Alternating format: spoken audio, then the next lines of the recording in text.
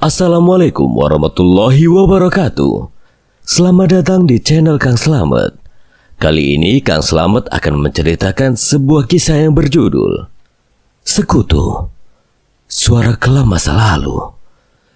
Cerita ini ditulis oleh Choir Tipping, dan sebelum kita masuk ke ceritanya, buat kalian yang belum subscribe channel ini, tekan tombol subscribe-nya terlebih dahulu dan tekan tombol notifikasinya agar kalian tidak ketinggalan cerita seram lainnya dari Kang Slamet. Gak usah berlama-lama lagi, langsung saja kita masuk ke ceritanya. Sekutu, Suara Kelam Masa Lalu. Si pengumura tanpa nyata dan tetap.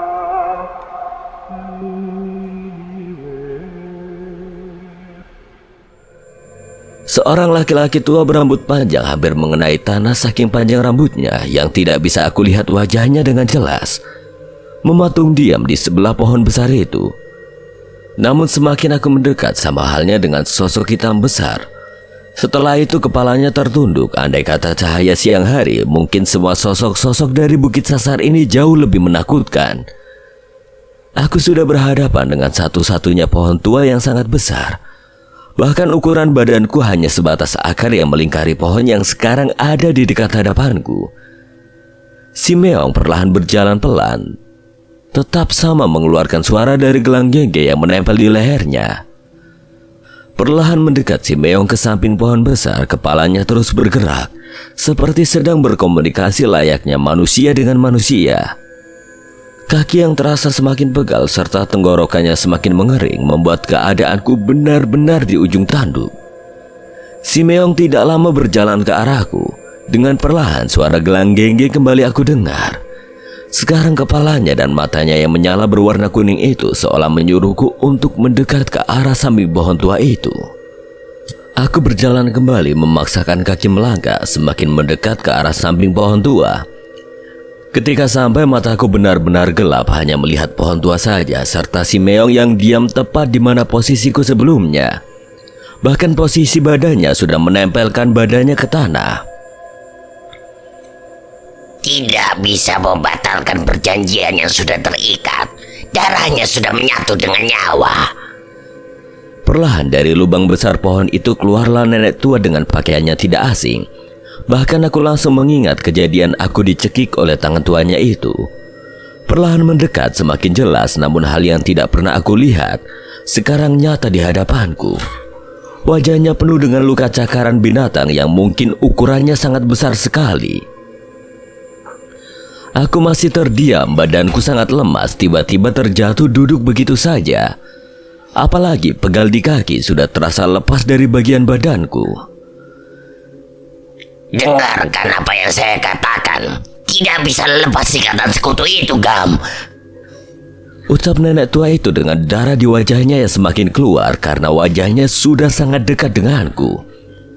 Aku masih terdiam, perasaanku berkecamuk, apalagi ini pertama kali melihat nenek tua dengan wajah yang semakin jelas. Namun darah dan suaranya benar-benar membuatku ketakutan. Dikjaya Adigunagama, aku kira tekadmu tidak sekuat ini. Tapi sayang sekali kedatanganmu ke tempat ini sia-sia. Buang-buang waktu. Sementara ibu kamu akan bernasib sama, tumbal. Seorang kakek tua yang berambut panjang hanya melihat tajam ke arahku sambil kepalanya mengangguk tepat di bawah lubang pohon besar itu. Namun aku baru sadar, saking pekatnya gelap malam ini sudah banyak sekali cahaya-cahaya seperti mata berwarna merah. Barulah bau bunga-bunga yang dari tadi aku cium berubah menjadi bau amis darah. Namun tidak tahu kenapa, barulah hatiku tergerak untuk membaca ayat-ayat dalam hati dan amalan. Sambil mengingat ucapannya, aku yakini benar Buyut Rusdi yang mengatakan, niatkan bukan karena kamu merasa hebat, tapi karena kamu punya tujuan baik. Pulang pun percuma, Gama sudah tidak bisa. Lihat, kenal siapa di sana. Nenek itu tersenyum manis menakutkan, wajahnya yang robek akibat cakaran binatang. Pak Suganda! Aku sangat kaget sudah berdiri sejajar dengan kakek tua di bawah lubang pohon. Walaupun tidak sangat jelas aku melihatnya, namun matanya sama dengan sosok-sosok yang berdiri di sebelah pohon tua. Ibumu sudah akan mati. Aku datang ke sini untuk melepaskan kutukan persekutuan kalian. Aku menikahi Dewi bukan untuk ikut campur urusan kalian. Karena ibadah, datang ke sini tujuanku baik. Bukan apa-apa di tempat ini. Nenek tua itu berbalik badan menatap ke arahku semakin tajam. Urat-urat yang ditutupi oleh darah yang masih menetes terlihat sangat kencang, hampir lepas dari kulit wajahnya. Nyawa dibayar nyawa, Gama.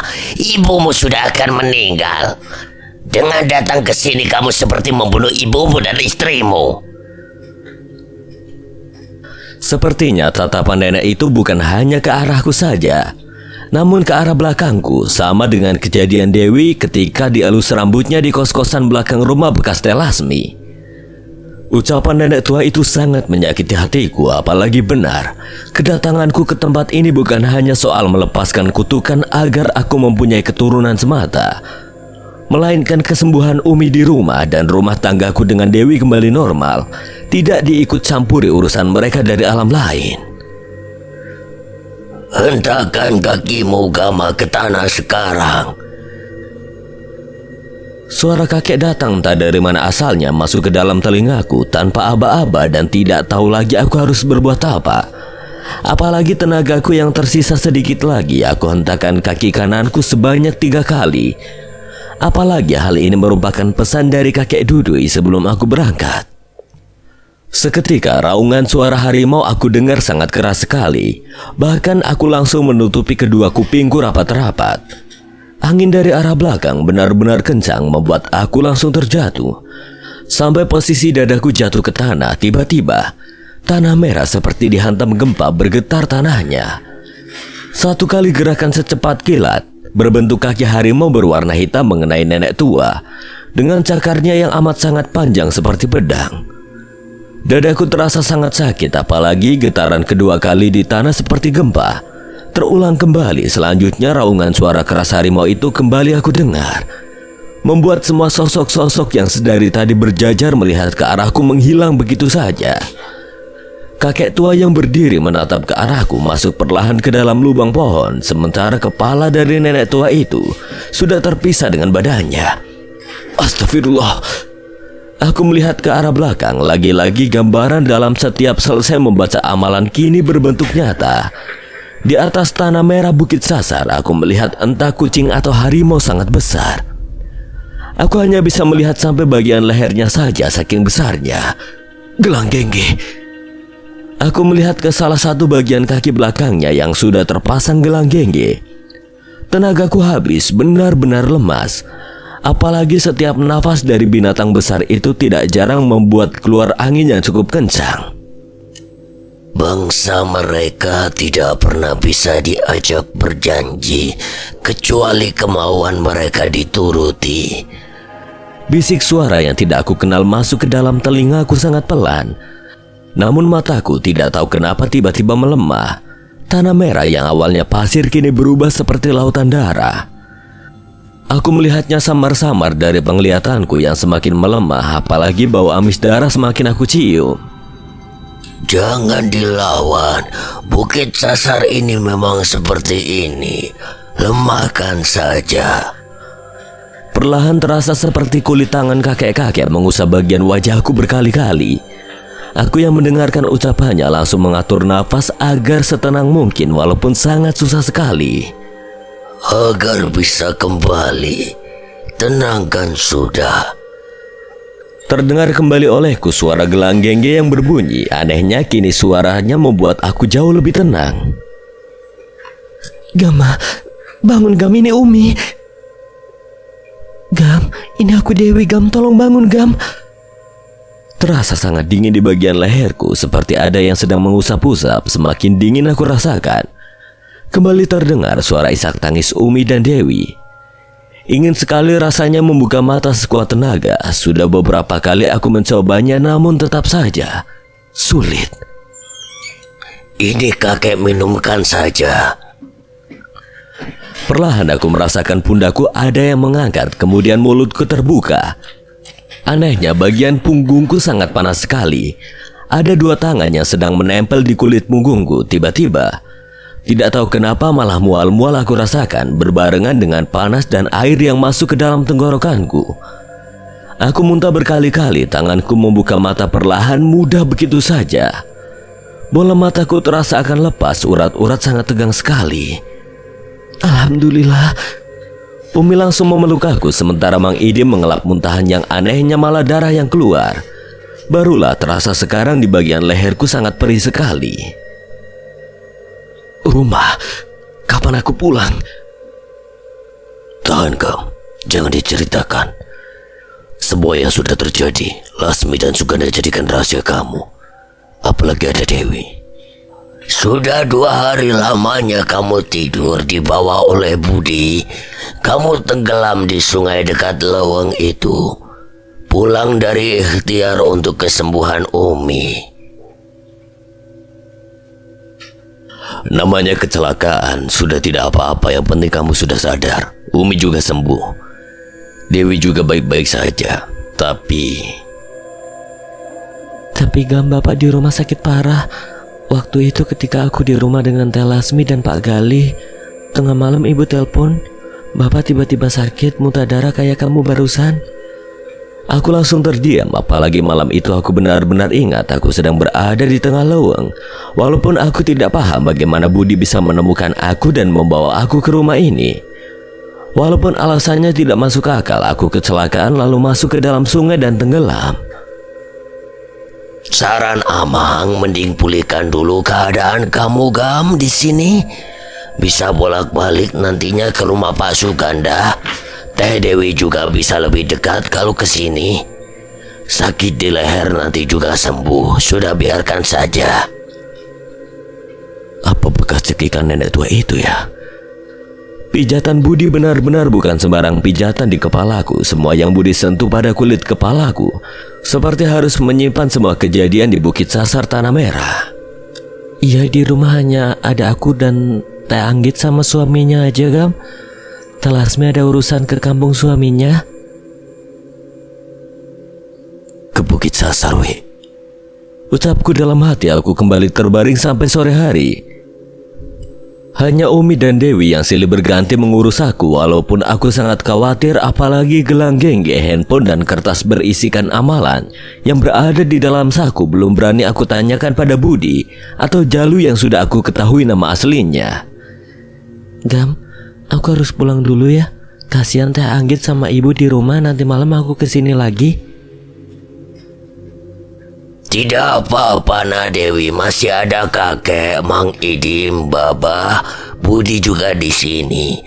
Besok saja semoga Gama sudah pulih, bisa diantarkan dari sini ke rumah Nak Dewi. Salam buat Ibu Mulyani dan Teh Anggitnya dari kakek. Dewi, Mang Idim dan Budi berpamitan untuk pulang, apalagi hari sudah semakin sore. Besok sembuh ya Gam, aku khawatir banget.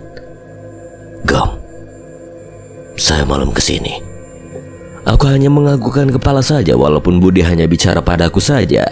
Sisanya dari tadi hanya diam. Selepas maghrib aku berusaha untuk bangun walaupun masih terasa lemas.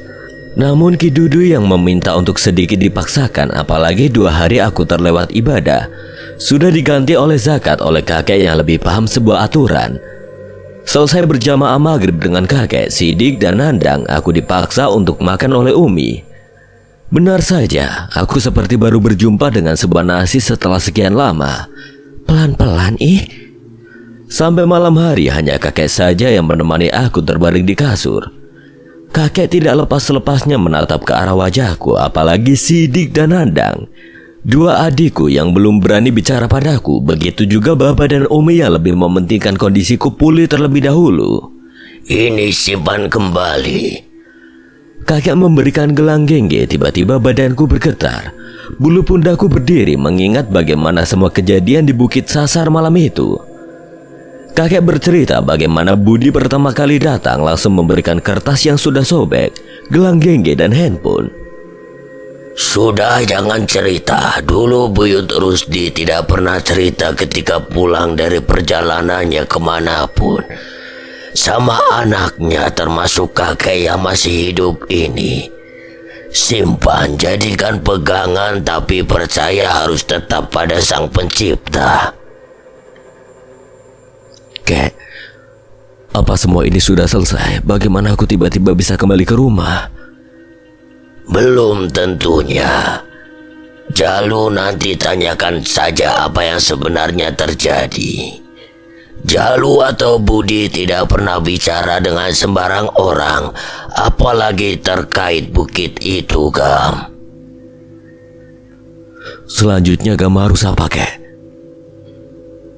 Gam, tidak semuanya bisa diukir oleh logika dan perasaan. Gunakan ini. Selanjutnya kamu bakalan tahu semuanya. Kakek menunjuk ke arahku, aku hanya mengangguk saja.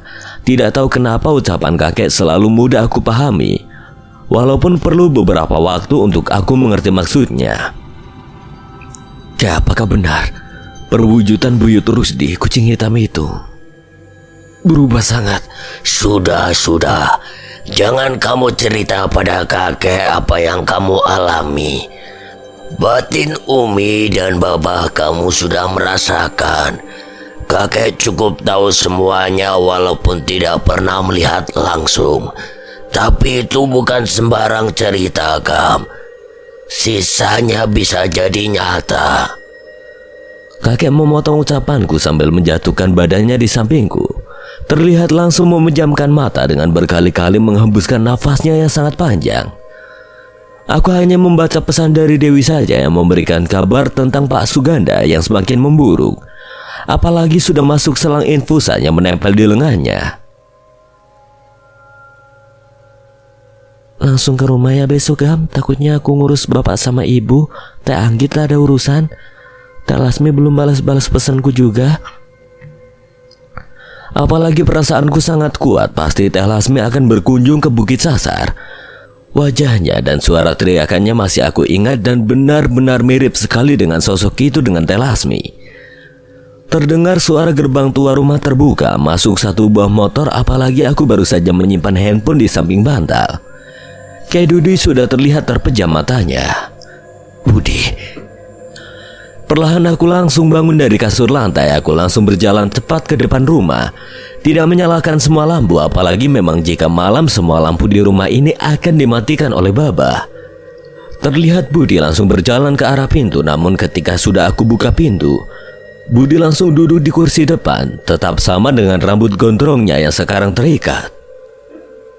Budi, jangan aneh, Gam. Aku banyak bicara dari tadi siang. Padahal perasaanku Budi hanya bicara 2-3 kali saja padaku. Sisanya hanya diam dan itu Budi anggap sebagai banyak bicara. Gam, satu hal yang harus kamu setujui, mau tidak mau, tidak ada pilihan, Gam. Jaga rahasia siapa aku, termasuk Bukit Sasar Teneberem. Hanya hal ini yang membawa aku harus datang malam ini. Rumah dan semuanya sudah terlindungi. Tidak akan terjadi lagi hal yang dilakukan Lasmi pada Umi kamu. Setidak percayanya itu kamu, Bud. Maaf, Gam. Maaf sekali saya sudah lancang. Saya percaya tapi ini kecemasan saya saja. Maafkan. Seharusnya saya tidak bicara barusan. Maaf. Budi langsung berjongkok di hadapanku sambil menundukkan kepalanya. Aku yang kaget dengan tingkah yang Budi lakukan, langsung mengangkat badannya yang jauh lebih besar dari aku. Sudah, tidak apa-apa. Jangan seperti itu, Bud. Berlebihan. Seharusnya saya yang minta maaf. Kamu membawa saya sampai ke rumah.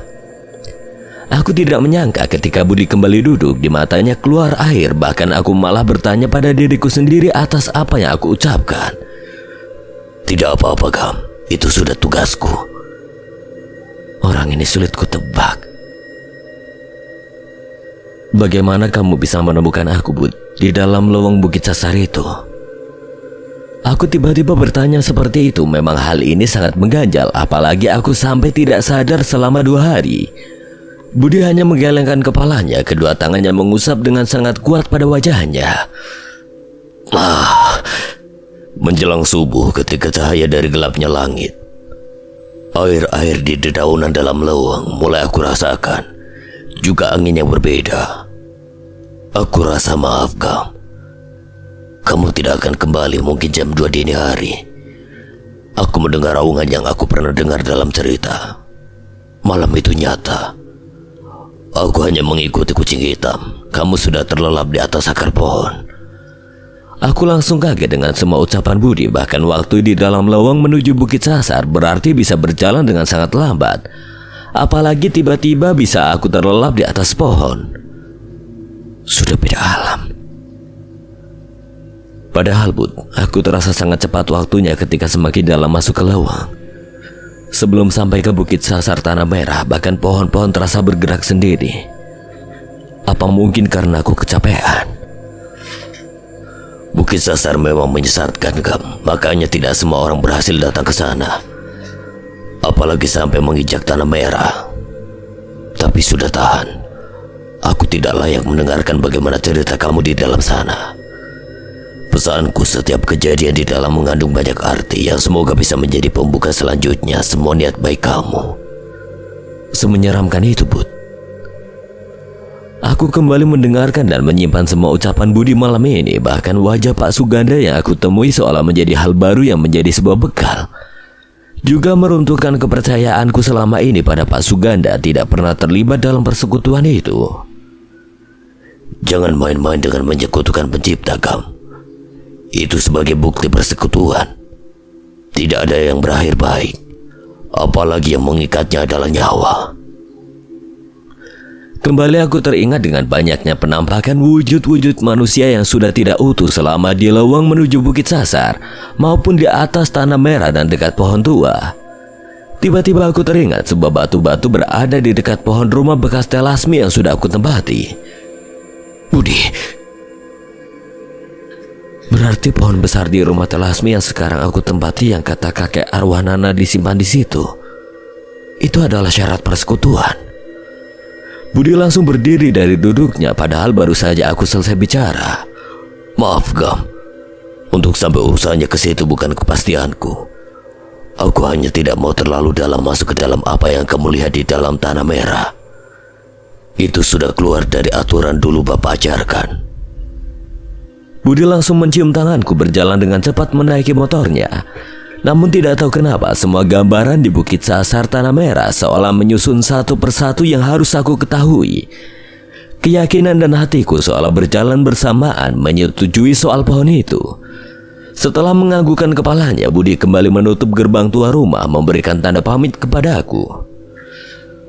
Pohon di rumah bekas telasmi ditandai dengan batu-batu. Sementara di rumah Pak Suganda ditandai dengan kuburan. Berkaitan sekali. Atau jangan-jangan aku sudah mempunyai sedikit kesimpulan tentang Pak Suganda mertuaku. Beberapa kali terdengar suara dering handphone, bahkan getarannya sampai telingaku rasakan. Dewi. Halo, Wi. Gam, untung kamu bangun. Kesini sekarang bisa nggak? Kondisi kamu gimana? Ada Teh Anggit sama Pak Wahyu yang juga semalam menginap. Aku melepaskan handphone di telinga kemudian melihat jam baru jam 3 dini hari. Bisa, Wi. Ini udah mendingan kok. Tadi tidur lelah banget. Kenapa, Wi? Kok diem? Suara ketawa yang kencang tiba-tiba aku dengar dengan jelas membuatku langsung terbangun, duduk di atas kasur. Sementara kakek terlihat sedang beribadah di kamar Nandang yang pintunya terbuka. Wi, Dewi.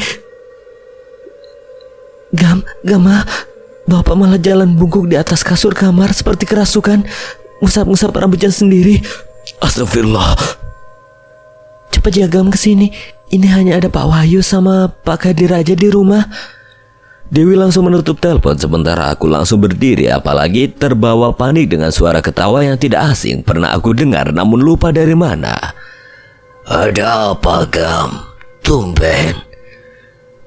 Di rumah Dewi, Pak Suganda kerasukan. Baru saja kakek selesai pohon depan gudang atau dari sana dari arah dapur mungkin, Gam. Ada anak kecil yang menunggu tapi kakek tidak jelas itu siapa. Bukan anak-anak Lasmi intinya. Kakek bisa tahu? Aku sebenarnya sudah curiga semenjak semalam Budi pamit begitu saja ketika aku mau mengarahkan obrolan ke rumah Pak Suganda. Nanti kamu bisa lebih dari kakek. Bawa masukkan ke dalam sakut celana gelang genggenya. Kek, satu lagi. Menghentakkan kaki kanan 3 kali, apakah akan selalu datang buyut atau si Meong Hideng? Kakek sangat kaget dengan ucapanku, kemudian menggelengkan kepalanya. Selama benda yang ada di saku celana kamu puluhan tahun dengan kakek sama sekali tidak pernah kakek gunakan, Gam.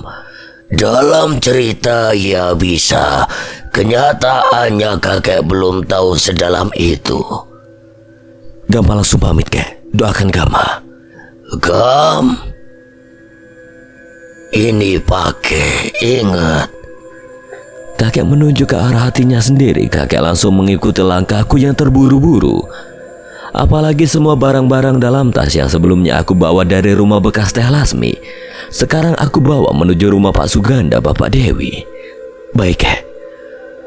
Motor tua segera aku nyalakan, untungnya dalam keadaan bensin yang cukup untuk sampai ke rumah Dewi yang tidak terlalu jauh. Ketika keluar dari halaman rumah, kakek yang menutup gerbang terlihat kecemasan dari raut wajahnya. Aku merasa berdosa menyeret kakek pada satu masalah atas kehendakku sendiri atas nama keputusan. Dalam perjalanan menuju ke rumah Dewi, beberapa kali handphone berbunyi kembali. Sambil melepaskan satu tangan, aku melihat pesan masuk dari Dewi. Cepet Gam, kondisinya makin kacau. Aku hanya melihat pesan masuk itu, kemudian aku masukkan kembali handphone ke dalam celana. Beruntungnya jalanan cukup kosong, hanya berpapasan dengan beberapa motor ataupun mobil menuju pasar kecamatanku. Cuti libur mengajar untuk pernikahan tinggal 2 hari lagi. Sementara aku harus menikmati bulan madu dengan Dewi pada satu masalah seperti ini. Namun di sisi lain ada baiknya, mungkin ini kado yang pencipta siapkan yang harus segera aku selesaikan. Sudah hampir setengah kurang perjalanan menuju rumah Dewi aku lalui. Apalagi kecepatan motor tuaku benar-benar aku pacu agar melaju semakin kencang. Bangunan rumah yang benar-benar megah dan luas, pagar yang begitu tinggi sudah aku lihat dari kejauhan. Artinya tidak lama lagi aku akan sampai. Motor tuaku tepat berhenti di depan gerbang. Benar saja kata Dewi. Bahkan Pak Kadir tidak ada di pos penjagaan rumah. Aku yakin sudah berada di dalam. Halo Wi. Di depannya, tunggu Gam. Pak Kadir aku suruh bukain dulu gerbangnya. Tidak menunggu lama, Pak Kadir yang usianya hampir sama dengan kakek sudah berjalan dengan cepat ke arah gerbang. Langkahnya bahkan lebih cepat. Alhamdulillah, ayo Nagama masuk. Bapak di kamarnya, Den.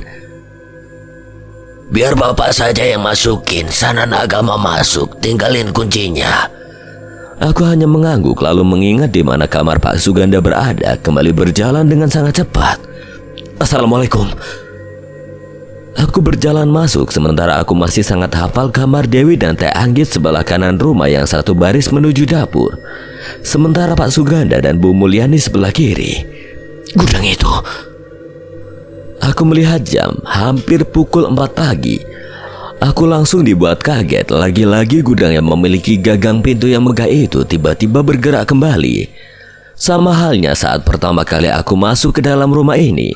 Sangat perlahan gerakan gagang pintu itu, namun tidak kembali lagi ke atas, hanya diam di bawah, yang artinya pintu gudang itu akan terbuka. Nafasku kembali tidak tenang, tatapanku fokus dengan apa yang aku lihat. Benar saja, di bawah sinar cahaya ruangan tengah rumah mewah dan megah ini, pintu gudang terbuka. Aku dibuat sangat kaget. Pak Suganda keluar dengan menarik rambut seorang anak kecil berambut panjang, anehnya tanpa suara sama sekali. Dari kejauhan saja aku melihatnya, harusnya anak kecil yang ditarik rambutnya itu bisa berteriak sangat kencang. Perlahan, langkahnya bukan hanya menarik, berganti jadi menyeret. Detak jantungku semakin kencang, apalagi darah di lantai sudah berceceran begitu saja. diseret ke arah dapur. Suara seorang perempuan tiba-tiba ada di belakangku. Suaranya sangat pelan masuk ke dalam telingaku. Astagfirullah. Ini aku yang lebih dulu. Itu aku, Gam. Ia menunjuk ke arah Pak Suganda yang masih menyeret rambut anak kecil itu. Seluruh badanku tiba-tiba diam mematung. Pandanganku seolah tidak percaya dengan apa yang aku lihat. Anehnya aku malah melihat sosok Teh Anggit yang berdiri di belakangku. Dengan wajah yang sangat pucat, aku pastikan berkali-kali. Sementara Pak Suganda sudah berbelok menuju dapur dengan tatapan sama menyeret anak kecil itu. Kenapa malah Teh Anggit, kakak pertama Dewi? Sambil terus memandang dari wajah pucatnya, matanya terlihat sembab dengan kantung mata yang sangat hitam. Gam, kok malah kayak patung? Maaf Vi. Lihat apa sih keluar? Gawi, ayo, di mana Bapak? Gak gimana, kamu di sini hampir 15 menit loh, semenjak Pak Kadir bukain gerbang depan. Pandanganku langsung melihat ke arah ke pintu gudang di tengah ruangan. Sama sekali tidak terbuka, padahal sebelumnya aku melihat jelas Pak Suganda keluar dari pintu itu. Benar kata Teh Lasmi, tapi aku tidak mau bertengkar karena hal-hal aneh yang tidak aku percayai sih. Aku sangat kaget dengan yang dikatakan Dewi, apalagi ada nama yang selama ini selalu berurusan denganku, yaitu Teh Lasmi. Segera aku ikuti langkahnya menuju ke kamar Pak Suganda. Terlihat Pak Wahyu dan Teh Anggit menyambutku. Ibu Mulyani sudah terlihat duduk di sebelah kanan Pak Suganda yang masih duduk dengan posisi tertunduk kepalanya. Rambut tua berwarna hitam dan putihnya terlihat berantakan sekali. Untung kamu sudah datang, Gam. Ya Kang, maaf telat aku datangnya. Tidak apa-apa, Gam, sebentar lagi juga. Aku langsung sadar suara Teh Anggit sama dengan suara sosok yang menampakkan wujudnya di ruang tengah rumah ini. Persis sekali. Dewi yang duduk di sebelah kanan bapaknya dan Bu Mulyani langsung menatap ke arahku. Pak Wahyu dan Teh Anggit yang masih berdiri di dalam kamar yang berukuran sangat luas ini. Gelang gengge yang berada dalam saku celanaku begitu saja berubah menjadi sangat dingin. Bahkan kain celana yang menjadi pemisah antara gelang gengge dan kulit pahaku tidak bisa menahan rasa dinginnya. Tubuh Pak Suganda tiba-tiba bergerak, bergetar seperti kena sengatan setrum. Aku merasakan ada sosok yang berusaha masuk ke dalam badannya. Hal ini baru aku sadari kali ini, tiba-tiba sepulang dari Bukit Sasar. Semua keanehan yang bisa aku lakukan datang begitu saja tanpa alasan. Sebentar lagi juga jadi Gam kerasukannya Bapak. Anggit melanjutkan ucapannya yang barusan berhenti. Pak Suganda berdiri dengan kepala yang masih tertunduk, berjalan perlahan sama dengan apa yang Dewi katakan di telepon sebelumnya. Jalannya bungkuk, baru beberapa langkah melihat ke arah Bu Mulyani dan Dewi. Harusnya teriak seperti wanita seperti barusan. Dalam hatiku sudah membaca semua ayat-ayat amalan. Gelang gengge di saku celanaku semakin terasa dingin. Tiba-tiba Pak Suganda berjalan dengan cepat ke arahku sambil posisi bungkuk, sama dengan nenek tua di Bukit Sasar Tanah Merah. Dewi, Bu Mulyani, Teh Anggit dan Pak Wahyu langsung terdiam. Begitu juga aku yang kaget dengan gerakan cepat Pak Suganda. Jangan ikut campur. Suara Pak Suganda persis dengan suara Teh Anggit sambil kakinya berjinjit. Pak! Teriak suara yang aku kenal dari kejauhan. Teh Lasmi dan Pak Gali berjalan ke arah kamar. Persis sekali teriakan Teh Lasmi sama dengan ketika pertama kali aku mendengarnya di gerbang Bukit Sasar setelah ibadah sholat maghrib. Astagfirullah. Tiba-tiba badan Pak Suganda terjatuh begitu saja yang membuatku kaget. Jatuhnya ke bagian belakang sehingga bagian kepalanya terbentur ke lantai kamar. Semua orang langsung panik, termasuk Teh Lasmi dan Pak Gali. Hanya aku saja yang masih berdiri melihat sekian detik kejadian barusan. Apalagi suara perempuan barusan masuk ke dalam telingaku jauh berbeda dengan suara nenek tua yang selalu datang kepada aku. Sudah, tidak usah. Bentak Teh Lasmi padaku disusul oleh tatapan tajam Dewi. Apalagi sebelumnya hal di luar nalarku sudah Dewi katakan membuatku bingung. Hampir semua orang yang ada langsung melihat ke arahku. Aku berdiri kembali. Pak Wahyu dan Pak Gali, kedua suami Teh Lasmi dan Teh Anggit yang membawa badan Pak Suganda dipindahkan ke atas kasur. Hanya tatapan aneh saja seperti sebuah rasa kasihan yang Bu Mulyani berikan padaku sebetulnya membuat perasaan itu yang biasa Umi berikan. Pertanda. Gam, jujur aku gak paham apapun. Tapi jangan sampai kamu datang ke dukun hanya untuk memenuhi penasaran kamu saja terhadap keluarga istrimu. Wi, apa maksudnya itu? Teh Lasmi dan Pak Galuh dan Ibu Mulyani saja Teh Anggit keluar sama halnya denganku setelah setuju gantian menjaga Pak Suganda. Teh Lasmi yang bilang. Aneh kamu ini. Buktinya apa sih, Wi? Kok malah nyalahin aku? Ya aku gak tahu apa-apa. Sama sekali loh. Dari dulu kamu masih curiga sama keluarga aku yang melakukan pesugihan, ah? Anehnya mengulangi apa yang sudah aku ketahui sambil mengelus-elus rambutnya berkali-kali. Apalagi memang dari awal semenjak aku pergi dan Dewi bersama Teh Lasmi, pasti sudah dicekoki hal-hal yang membuatku bertengkar dengan Dewi. Benar kan? Aku langsung duduk di sebelah Dewi. Anehnya Dewi langsung bergeser sementara suara dari gelang jengge sudah berbunyi 2 kali.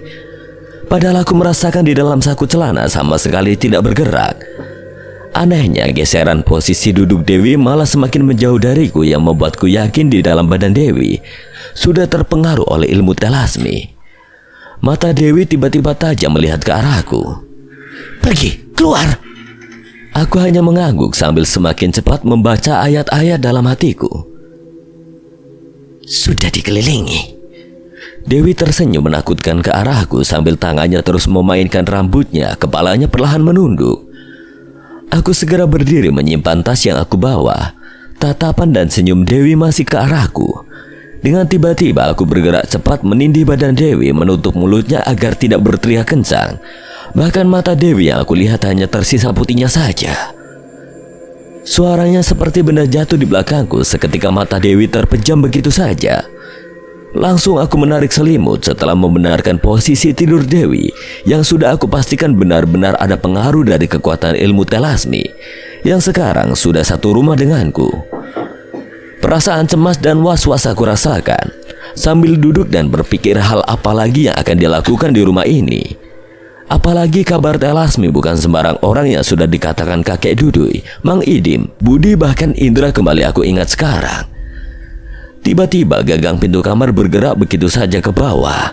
Aku melihatnya dengan jelas, apalagi kamar Dewi dan gudang yang menjadi kecurigaanku selama ini tidak terlalu jauh, membuat perasaanku yang baru saja tenang kembali kaget. Aku langsung kaget, kemudian seketika menjadi tenang. Si Meong Ucing Hideng sedang berjalan ke arahku, jalannya terpincang-pincang. Segera aku berdiri dan menutup kembali pintu kamar, bahkan menguncinya langsung. Si Meong tidak lagi melihat ke arahku, langsung meloncat dan berdiam di dekat badan Dewi. Sama halnya ketika Dewi kerasukan di rumah bekas Teh Lasmi membuatku sedikit tenang.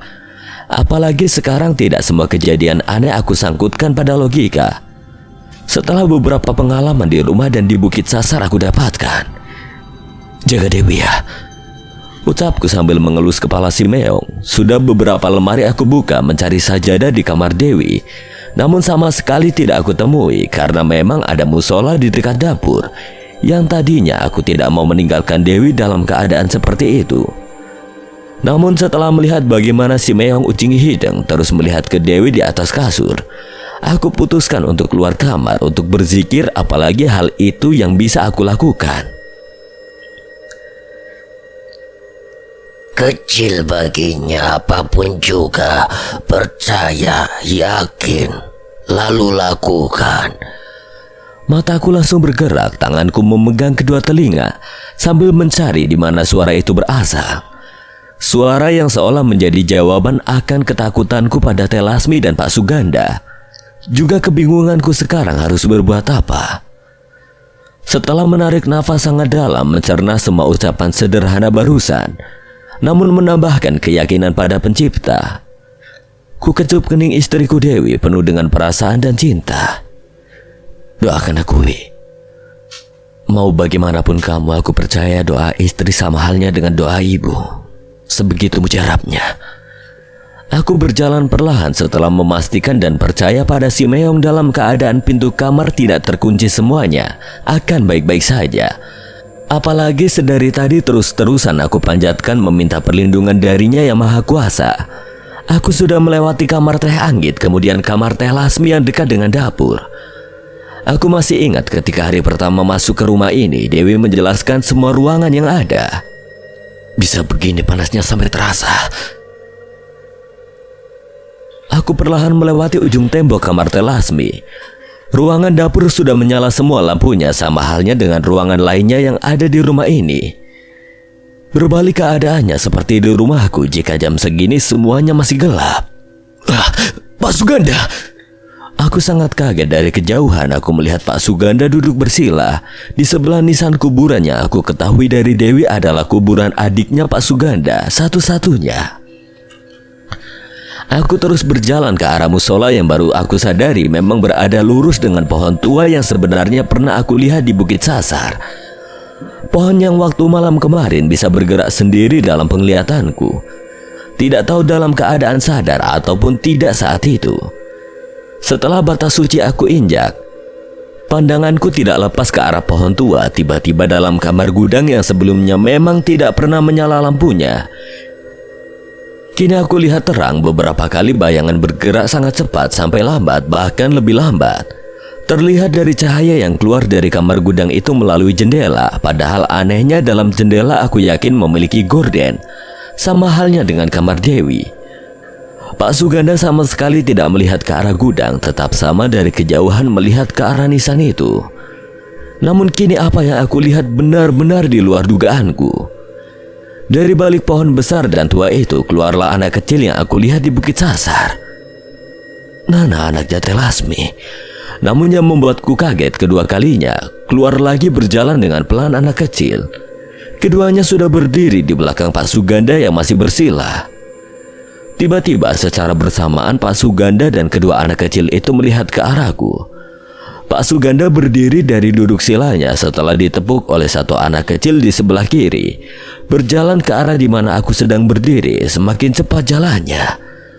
Apalagi dari jarak aku berdiri dan pohon besar itu cukup jauh, namun semakin mendekat, wajah Pak Suganda sama dengan Nana yang aku ingat di Bukit Sasar.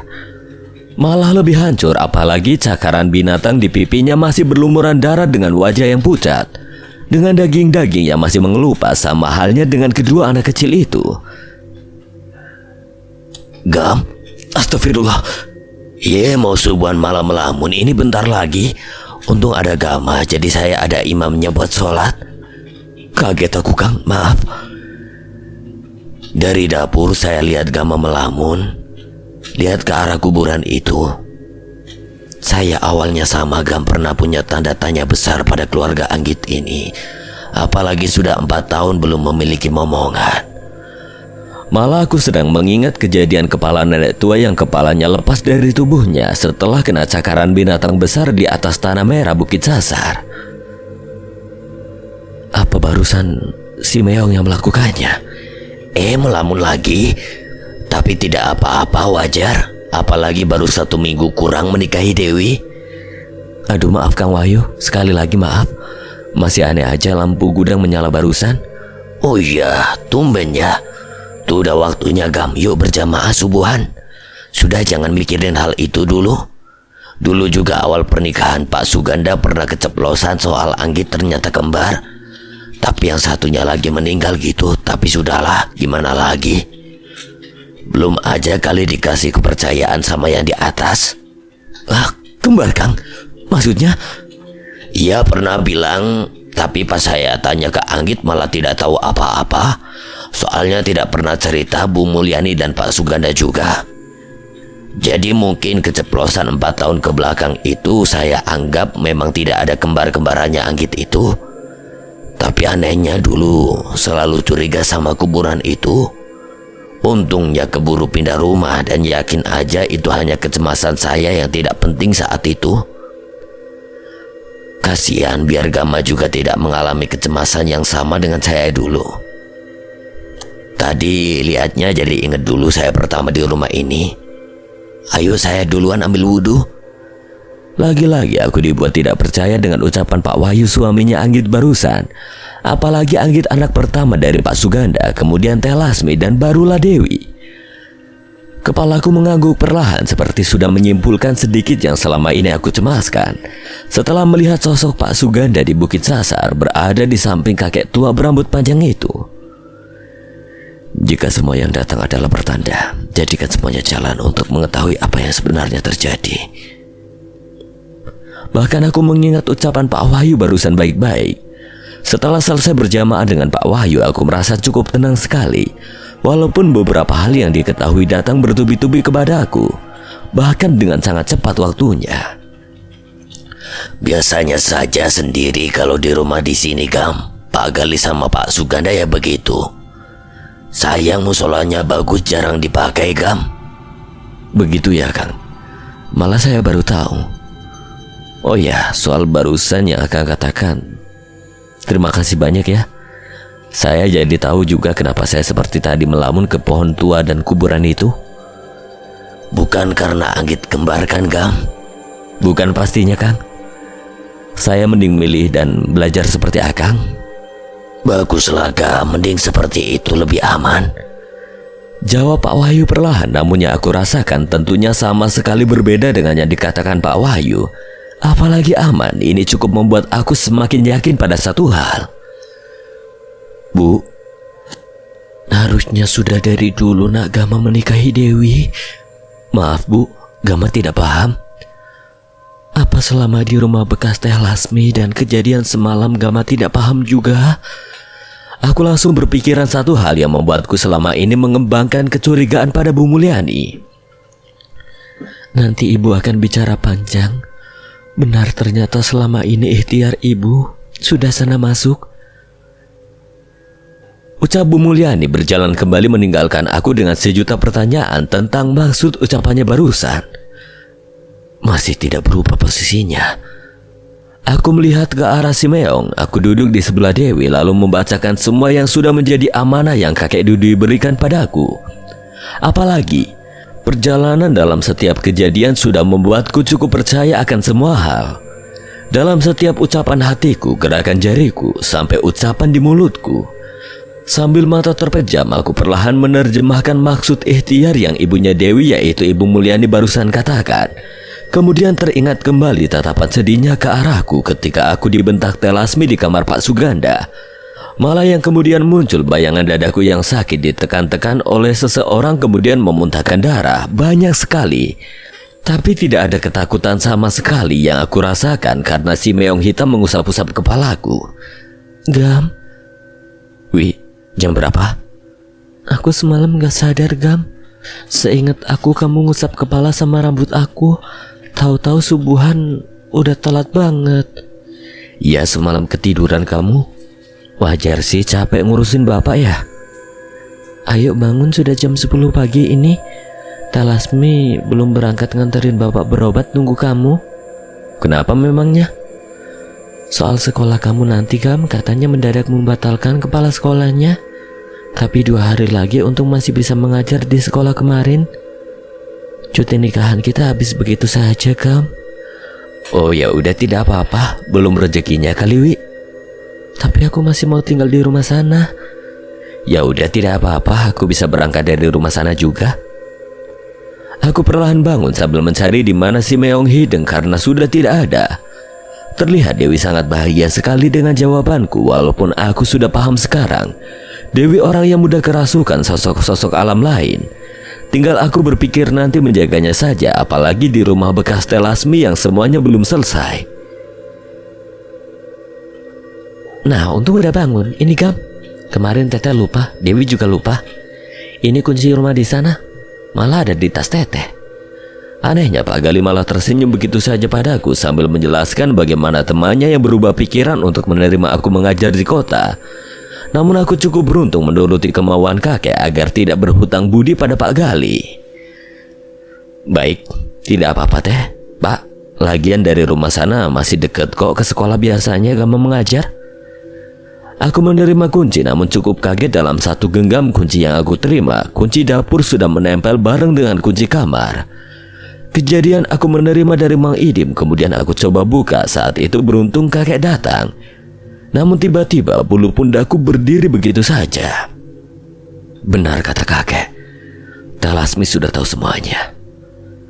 Pak Suganda terlihat sudah terbaring, matanya tidak berani melihat ke arahku sama sekali. Bahkan seperti sangat ketakutan padaku, memberikan kode ketidaknyamanannya aku berada dalam kamar ini. Tidak apa-apa Wi, kalau kamu mau balik ke rumah sana hari ini juga.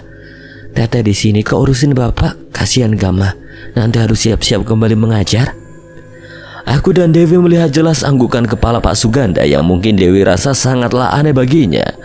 Namun untuk aku setelah kejadian subuh tadi dan tahu siapa Teh Lasmi cukup paham.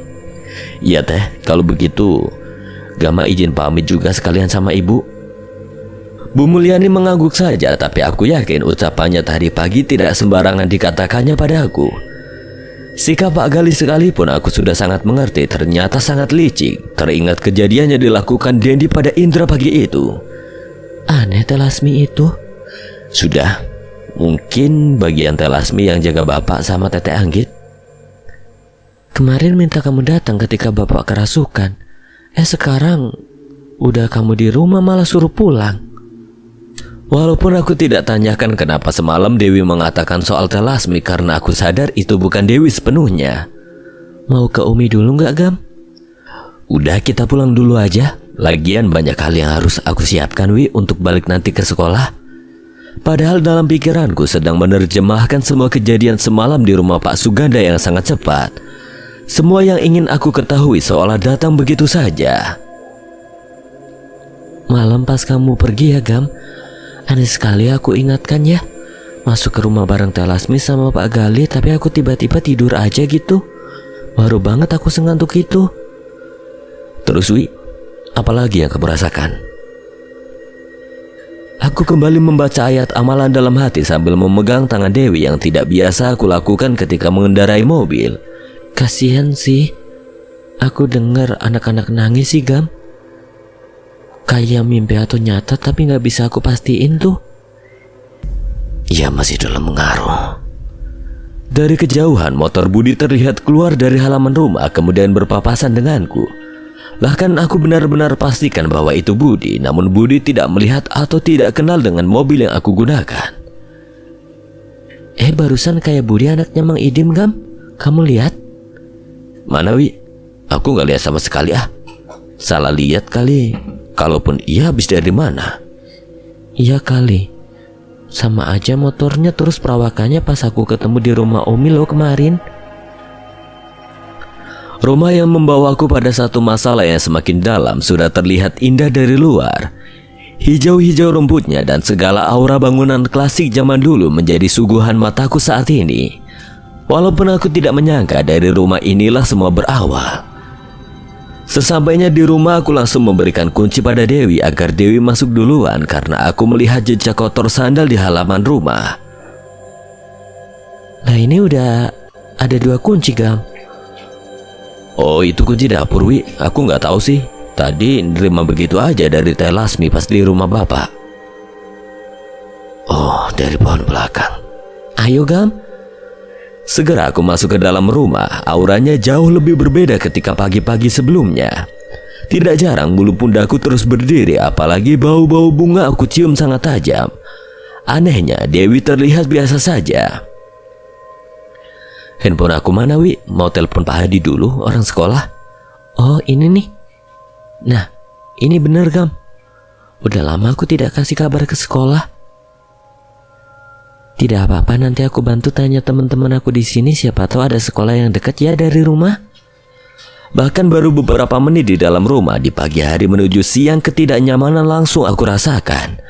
Apalagi di dalam gudang yang sempat waktu itu ingin aku buka, sudah terdengar bisikan-bisikan banyak sosok di dalamnya. Suara yang sama ketika di Tanah Merah. Assalamualaikum Mang Idim. Ini Gama. Nak Gama, sebentar Amang menepi dulu, susah sinyal ini. Baru aja sampai bukit ini. Ya, memang terdengar olehku suara angin yang cukup kencang. Gimana Nak Gama? Semalam Amang dan kakek habis-habisan, untung Budi bisa diandalkan. Maksudnya Mang? Gama gak paham. Tadi Budi terlihat keluar dari rumah bekas Telasmi. Ini Gama udah di rumah lagi. Alhamdulillah, nggak terbayang kalau sampai semalam telat. Itu perintah kakek Nagama. Semalam Budi berjaga di rumah itu melakukan hal yang diperintahkan kakek Nagama. Nanti malam Budi datang lagi, tapi hati-hati di dalam rumah Nagama. Baik-baik, Mang. Jawabku singkat karena suara Mang Idim mulai tidak jelas. Karena aku juga tahu betul di bukit menuju rumah kakek sinyal jaringan memang sulit sekali. Tiba-tiba telepon terputus begitu saja, padahal aku belum sempat menanyakan siapa nenek tua yang dimaksud Mang Idim. Juga penjelasan semalam Mang Idim sampai menginap di rumah kakek. Semuanya bisa bertepatan sambil kembali masuk ke dalam rumah dengan memikirkan hal yang terjadi malam itu di rumah kakek. Kok aku dengar Mang Idim, Gam? Tadi ngobrol sama siapa? Di belakang Dewi sudah berdiri seorang anak kecil sangat cantik sekali, membuatku langsung terdiam. Padahal belum 5 menit Mang Idim menyuruhku hati-hati. Ya itu si kucing, Gam, lihat ada lagi. Namun tiba-tiba pintu gudang tertutup sangat kencang membuat aku dan Dewi langsung terdiam. Kucing hitam yang jalannya pincang malah menghampiri Dewi yang sudah berjongkok. Gam, Angin, sudah kasih makan kasihan kucing itu? Nana. Dewi langsung melihat ke arahku, kemudian berbalik badannya melihat ke arah pintu gudang. Padahal aku nyimpan boneka aja, tiba-tiba tadi ada di kasur, Gam. Ayo, aku masih kurang istirahat, Wi. Jauh berbeda suasananya. Semua rangkaian kejadian yang datang sudah perlahan aku susun agar menjadi sebuah kesimpulan. Walaupun banyak hal yang belum aku ketahui pasti, apalagi ucapan Mang Idim barusan. Memejamkan mata saja dengan gorden kamar yang sudah ditutup oleh Dewi tidak bisa membuatku merasa nyaman, padahal hari benar-benar siang. Kasihan Rina ya, Gam. Tadi sore Rina kasih kabar Wawan kondisinya makin kritis. Sudah dibawa pulang ke rumahnya, besok atau lusa ke rumahnya yuk. Mungkin aku menjadi orang yang penuh dengan rasa cemas selama berjam-jam di rumah ini, apalagi waktu maghrib sebentar lagi berkumandang. Dari tiap selesai ibadah, aku terus meminta perlindungan pada Pencipta dan amalan tetap aku bacakan. Namun yang biasanya merasa tenang, kali ini malah sebaliknya. Boleh, Wi. Lagian aku belum sempat jenguk juga. Kemarin tahu sendiri keburu Umi juga sakit. Nyesel ya nikahin aku. Tumben bilang gitu, Wi. Kenapa? Ya kelihatan aja dari tadi pas balik lagi ke rumah ini kelihatannya tidak nyaman. Jangan berpikiran kemana-mana dong. Aku bukan tidak nyaman, Wi, tapi harus siapin buat nanti kembali ke sekolah. Maaf ya, jadi kamu menilainya seperti itu. Kemudian Dewi mengangguk, tidak lama tersenyum kembali. Aku sangat beruntung dengan refleks bisa memberikan jawaban agar Dewi merasa tenang, tidak berpikiran sama denganku. Udah kenyang juga, lihat, Gam. Si Memeng tetap aja gelendotan di kaki aku. Kemana-mana ngikutin. Aku langsung menundukkan kepala melihat di bawah meja si Meong sedang dekat sekali dengan kaki Dewi. Jagain kamu itu, Wi? Iya kah? Ya iya. Mungkin kemarin di luar saja si Memeng ini. Terus kita nggak di rumah, nyari-nyari deh tuh. Pergantian hari dari sore menuju malam terjadi begitu cepat. Sambil aku membantu Dewi mencuci piring dan membersihkan meja makan, semua perasaannya tidak enak di rumah kini benar-benar muncul. Mau kemana, Wi? Mau ke depan, ambil kunci dapur. Biar buang sampah ke tempat kos-kosan aja, kan ada drum besar. Dekat kan, tidak usah muter. Buka aja pintu dapur. Jangan, udah nanti aku aja. Udah, gak apa-apa. Kasihan nanti kamu capek. Udah mending ambil wudhu Gi, berjamaah sama aku. Dewi langsung berjalan kembali dengan si Meo yang terus mengikuti Dewi, disusul olehku melewati gudang. Benar-benar suara tangis jelas aku dengar, disusul oleh tertawa banyak manusia di dalam gudang. Membuatku berhenti sejenak, apalagi hal ini baru aku dengar. Tiba-tiba terdengar seperti hentakan kuat di samping tembok di mana aku sedang berdiri. Gam, ayo. Dewi sudah menggunakan mukena berwarna putih. Aku langsung melihat ke arah Dewi. Sosok yang mirip Teh Anggit sudah berdiri di belakang Dewi. Anehnya wajahnya kini sama dengan penampakan anak-anaknya Teh Lasmi, semakin pucat, tangannya menyibakkan rambut perlahan. Ayo. Wi. Wanita itu masih tersenyum menakutkan sekali ke arahku dengan wajah yang semakin pucat. Aku terus memandangnya di belakang Dewi. Gam, kenapa sih kamu lihat apa? Enggak, Wi. Ayo masuk kamar. Bahkan Dewi tidak biasanya mengusap pundaknya berkali-kali seperti orang yang kebingungan dan ketakutan pada yang terjadi barusan. Tumben baru pertama ngerasain takut di rumah ini. Tunggu ya. Posisi kiblat menghadap jendela artinya aku membelakangi pintu kamar sementara lemari besar tua yang memiliki cermin di sampingku. Apalagi barusan sudah aku simpan gelang gengge di dalam lemari tanpa sepengetahuan Dewi ketika berganti celana dengan menggunakan sarung. Dari pertama tarikan nafasku sebelum mengucapkan niat ibadah sholat maghrib sudah terasa bahwa di belakangku bukan hanya Dewi saja. Suara-suara bisikan orang-orang sudah aku dengar. 3 rakaat sudah aku lewati diiringi nafas-nafas berat yang aku dengar dengan jelas, namun aku yakin bukan hanya Dewi di belakangku. Yang seharusnya semuanya berjalan dengan perasaan tenang, kali ini malah sebaliknya. Persis sama ketika dengan Budi di gerbang Bukit Sasar, suasana kamar seketika saja berubah. Assalamualaikum warahmatullahi. Ucapku sambil menengok ke sebelah kanan dan kiri, namun ketika berpapasan dengan cermin kamar, di samping kanan dan kiri Dewi sudah muncul perwujudan Teh Anggit dan yang aku yakini Nana berdiri. Wajahnya sama dengan yang pernah aku temui, hancur penuh dengan darah. Kepalaku langsung berbalik ke arah Dewi yang menjadi makmum sholatku. Tiba-tiba gelang gengge dalam lemari berbunyi sangat jelas. Dewi menatapku kaget karena mendengar suara yang sama denganku dari gelang gengge. Dewi tiba-tiba berteriak minta tolong sangat kencang yang tiba-tiba dengan cepat dicekik oleh sosok yang mirip dengan Teh Anggit. Tiba-tiba lemari terbuka begitu saja. Aku melihat dari cermin besar yang bergerak di dalam kamar. Sudah dikelilingi sosok yang benar-benar pernah aku lihat di gerbang Bukit Sasar sebelumnya. Wih.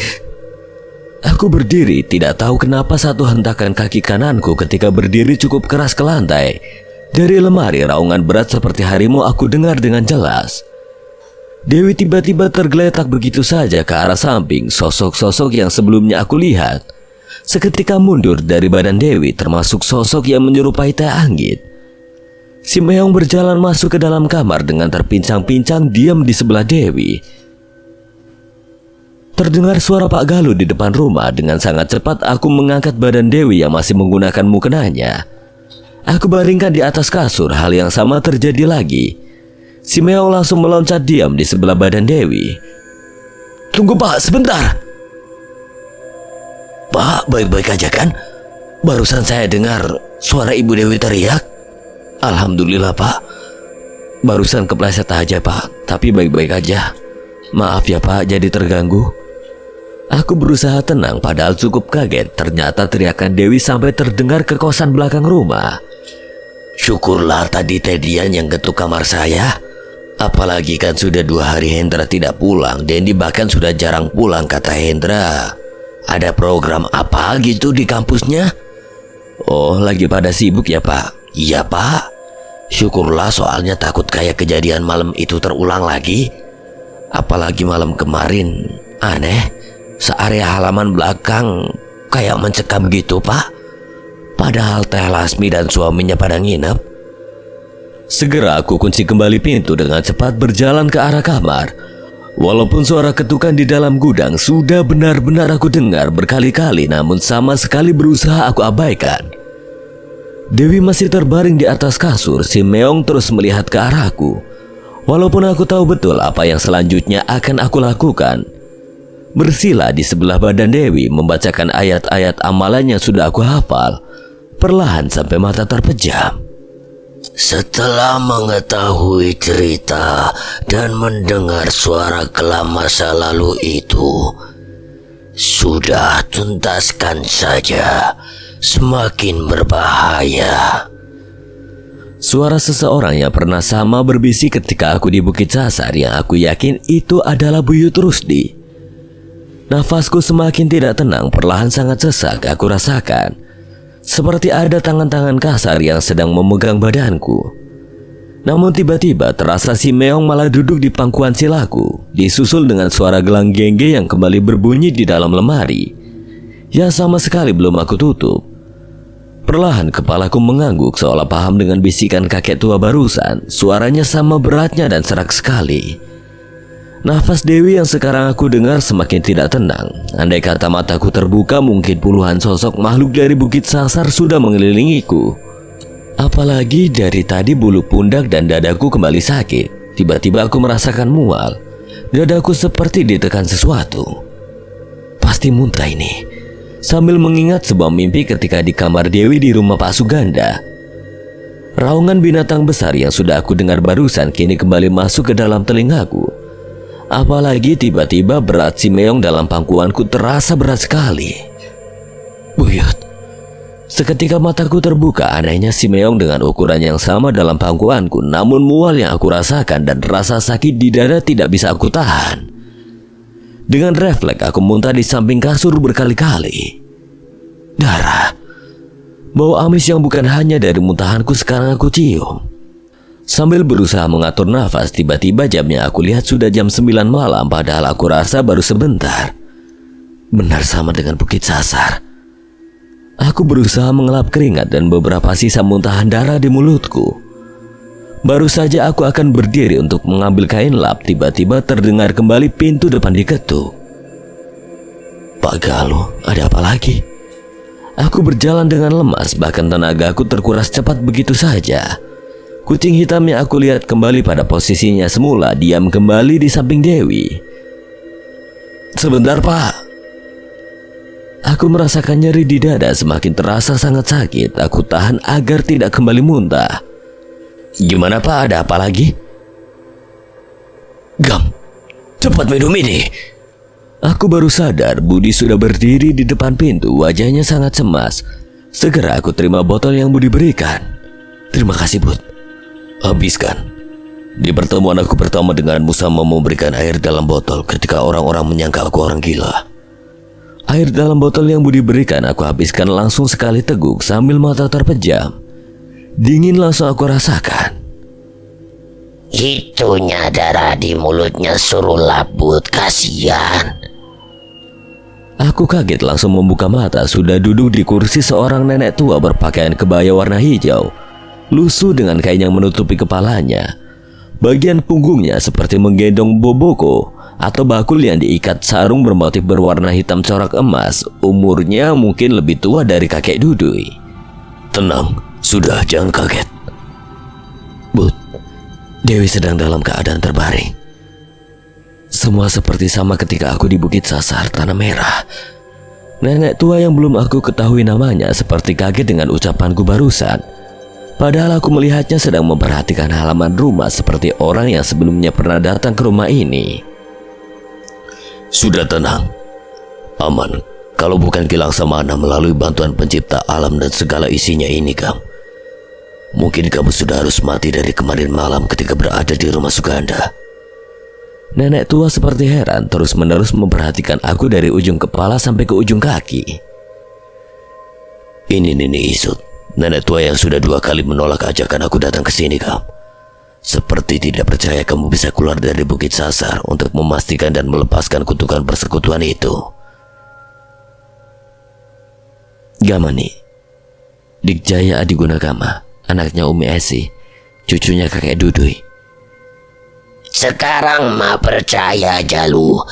Semua cerita kamu benar. Tidak beda jauh dengan cerita ibu emak ketika bercerita siapa Kilang Samana. Mak ini Pak Raji yang dulu membantu mengeluarkan anak Telasmi. Seketika ketawa anak kecil cekikikan sudah aku dengar. Budi dan Ni Isu terlihat saling bertatapan karena kaget. Sudah, biarkan. Dewi aman di dalam, sudah ada yang jaga. Lanjutkan nih. Badanku terasa sangat dingin sekali. Ni Isut kemudian melepaskan sarungnya, mengambil seperti dedaunan dari dalam boboko dan daun-daun yang terlihat mengepal itu, lalu dimasukkan ke dalam mulut dan digigitnya. Akhirnya. Kenapa itu, Bud? Biarkan, tunggu Gam. Itu sedang nyepah. Aku hanya mengangguk, apalagi teringat kebiasaan almarhum nenek istri kakek Dudui. Pernah beberapa kali aku melihatnya dulu. Nini datang ke sini atas jaminan, bukan meminta perlindungan pada kamu, Gama. Perlindungan pada Sang Pencipta melalui sebuah anugerah yang diberikan pada buyut kamu. Puluhan tahun dari zaman Ibu Nini yang melahirkan anak pertama Suganda sampai lahirnya anak Lasmi, Nana. Ampun, apapun yang terjadi selanjutnya, setidaknya beban amanah sudah akan Nini katakan. Aku ke dalam, kalau tidak bisa sangat berisik ini nih. Baik nih, Gama akan dengarkan. Lagian semuanya harusnya sudah jelas. Ni Isut hanya mengangguk, menatap tajam ke arahku, tatapannya penuh keyakinan. Apalagi malam dengan gelapnya yang pekat, hitam dan juga angin membuat suasana rumah berkecamuk. Suara tertawa di dalam berganti dengan tangisan-tangisan. Lahirnya Nana, anaknya Telasmi, sudah tidak normal. Suganda keji hanya menyuruh Nini membantu proses mengeluarkannya saja. Setelah itu di kamar sana. Rasa sakit di dadaku kembali terasa, namun dalam hatiku amalan sudah perlahan aku baca. Lalu sebuah ritual aneh Suganda lakukan. Setelah Nini membereskan semua peralatan yang sebenarnya untuk memandikan Nana, dibawa keluar melalui dapur yang nenek dengar di bawah ke pohon besar itu. Ibu Mulyani menangis. Suganda sudah berhasil mencuci anak dan menantunya sendiri sebagai syarat meneruskan perjanjian. terdengar seperti suara hantaman seseorang yang mengenai tembok di dalam rumah. Aku hanya mengangguk, apalagi ucapan Ni Isut seperti menambah sangkaan buruk aku pada yang sudah terjadi. Harusnya Gama sudah tahu hal ini. Sudah, Nek. Bahkan, maaf, Pak Suganda melakukan hal yang sama juga pada anak pertamanya. Persekutuan dengan mereka tidak ada yang menguntungkan, Gam. Suganda melahirkan anak kembar Anggit yang selamat. Sisanya bernasib sama dengan Nana. Ini pantangan yang seharusnya tidak nenek ceritakan, namun karena tekad Jalu, Idim dan kakek Dudui, Nini sudi menanggung semuanya. Aku langsung teringat ucapan Pak Wahyu, suami Anggit, yang pernah berkata hal serupa. Karena Pak Suganda pernah keceplosan berbicara hal itu pada Pak Wahyu. Jadi ini teguran keras. Hidup yang mengutuk Suganda tidak pernah mempunyai cucu lagi agar semuanya menjadi adil. Bukankah sakit tuduhan persekutuan melekat pada Lasmi? Namun itu belum sebanding, Gam. Mudah-mudahan tidak lebih daripada itu. Tapi setelah begini mungkin kejadian buruk akan cepat menimpa Suganda dan Lasmi. Jadi nih, Gama akan merasakan hal yang sama seperti Teh Lasmi? Harusnya tidak. Kalau... Budi, ayo nih, cukup pulang. Katakan, Nek, kalau apa? Kalau kamu habisi persekutuan itu tidak akan lepas ikatan dengan Suganda dan Lasmi. Tapi setidaknya mereka tahu dengan siapa berurusan. Satu pesan kakek kamu, hentakan, Budi. Di dalam lihat saja Dewi dan kucing hitam sudah dikelilingi sosok di dalam gudang. Cepat, sebelum diseret ke pohon tua. Aku tidak bisa menahannya lagi, Gam. Ni Isut langsung menyeret tangan Budi sekuat tenaga agar pergi dari halaman depan rumah. Aku langsung masuk ke dalam dengan dada yang seperti ditusuk-tusuk oleh jarum. Terlihat pintu gudang sudah terbuka, bau amis darah sudah aku cium sangat tajam masuk ke dalam dua lubang hidungku. Semakin mendekat ke arah kamar, pintu dapur bahkan anehnya sudah terbuka, padahal kuncinya masih aku ingat menempel di pintu depan. Dewi! Dewi sudah tidak ada di atas kasur, spraynya sudah penuh dengan darah warna yang sama dengan bekas muntahanku. Astagfirullah.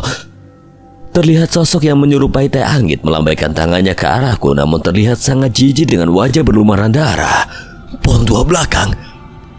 Aku perlahan mundur keluar dari kamar, kemudian berlari dengan cepat ke dapur melewati pintu.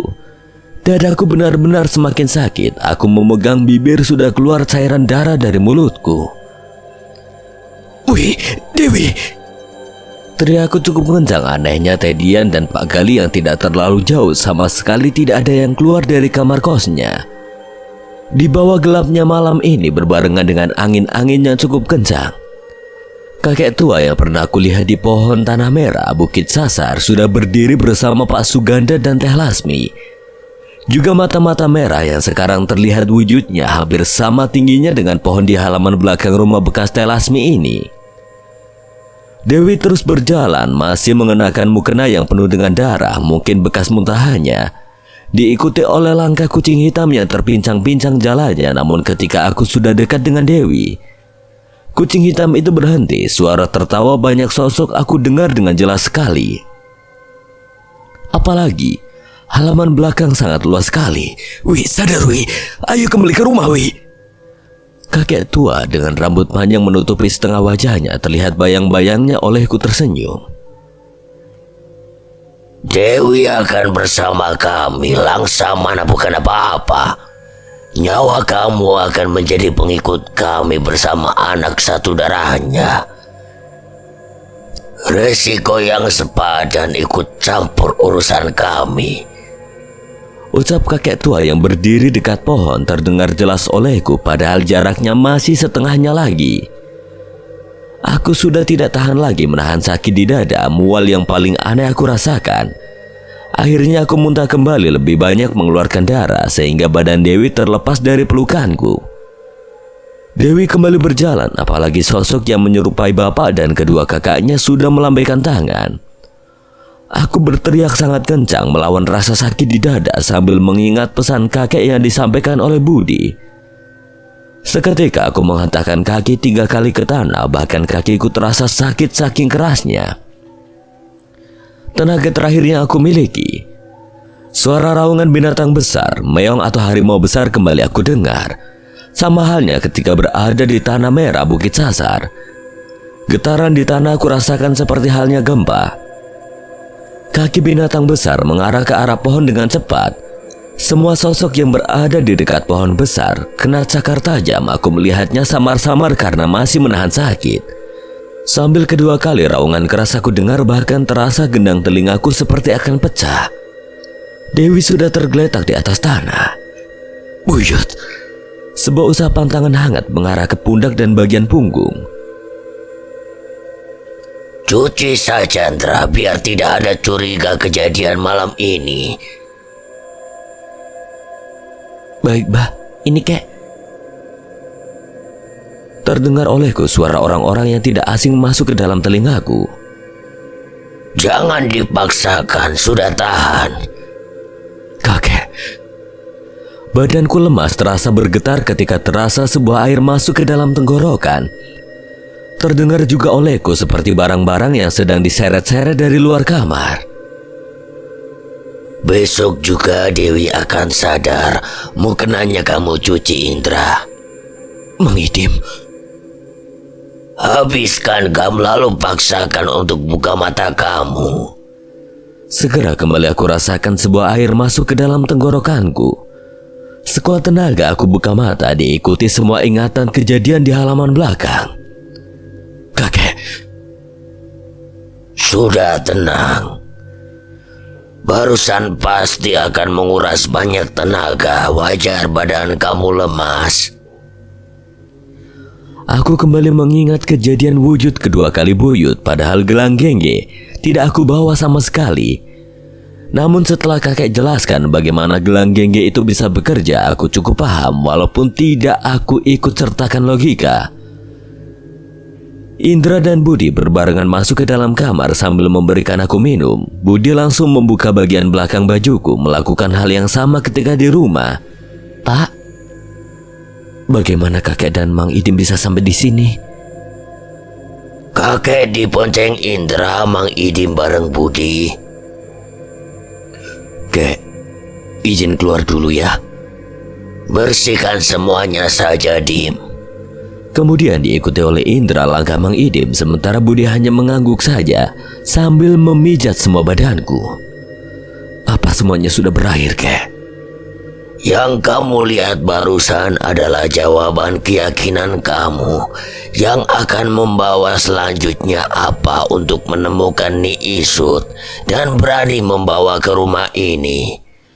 Perjalanan dan perjuangan berat sampai akhirnya kamu bicara sebagai saksi. Aku ingat bagaimana sosok kucing hitam besar seperti harimau mencakar semua sosok yang berdiri di dekat pohon. Setelah hentakan kaki aku lakukan. Maaf, besok juga harusnya jawaban kamu. Begitu, Bud.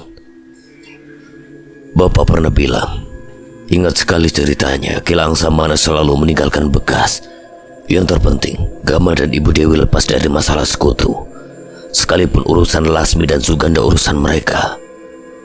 Di mana kepastian itu bisa membuatku yakin? Semua sesajen di kamar gudang rumah ini sudah aku buang, Gam.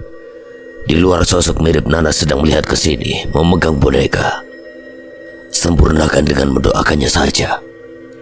Aku dan kakek hanya mengangguk saja, apalagi Budi bukan sembarang orang, anak terakhir pemegang kunci Bukit Sasar yang sudah banyak membantuku. Budi langsung berdiri berjalan berhenti di dekat pintu. Itu lihat. Aku dan kakek langsung berdiri walaupun lemas di badan masih aku rasakan. Terlihat seorang sosok anak kecil berdiri di dekat pohon sambil memegang boneka coklat yang pernah dibawa oleh Rina. Boneka coklat yang sebelumnya sudah Dewi simpan kembali. Segala balasan dunia dan alam selanjutnya bahkan sangat adil. Kakek langsung menarik tanganku untuk segera terbaring di atas kasur bersebelahan dengan Dewi. Sementara Budi langsung keluar bahkan melalui pintu dapur karena berbelok ke arah dapur bukan jalan depan rumah. Kakek duduk di sebelahku sambil mengelus kepalaku berkali-kali.